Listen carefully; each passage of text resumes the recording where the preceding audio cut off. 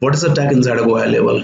Now we all know Go High Level is a widely used CRM tool, and it is being loved by people because of its capability of doing a fantastic automations. And trust me, people are using a tag as a trigger while they import contacts inside a Go High Level. So any particular workflow can be triggered. Alright. So now let's jump on the screen. I'll show you how you can set up a tag. Okay, so this is the contact field, and I'll just show you the automations part before we go on a contact site. So let me show you. Let me show you the workflows. Okay, let's go on to page number 2. It's page number 3. I've already created or let me search. Okay, let me search real estate.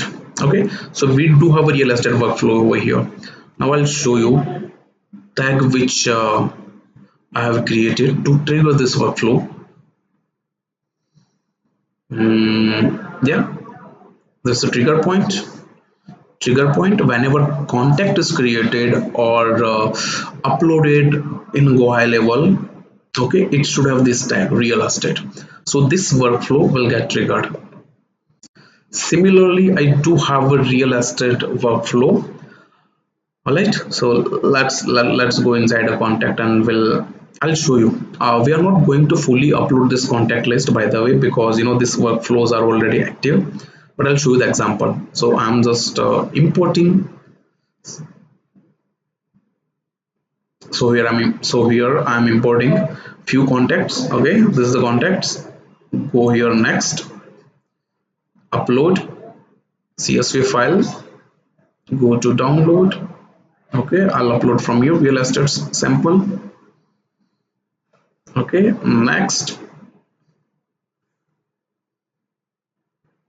Okay, so yeah, these are the email address, right? So we should map this against email. Sometimes system will automatically map it, but if it doesn't, you need to manually map it.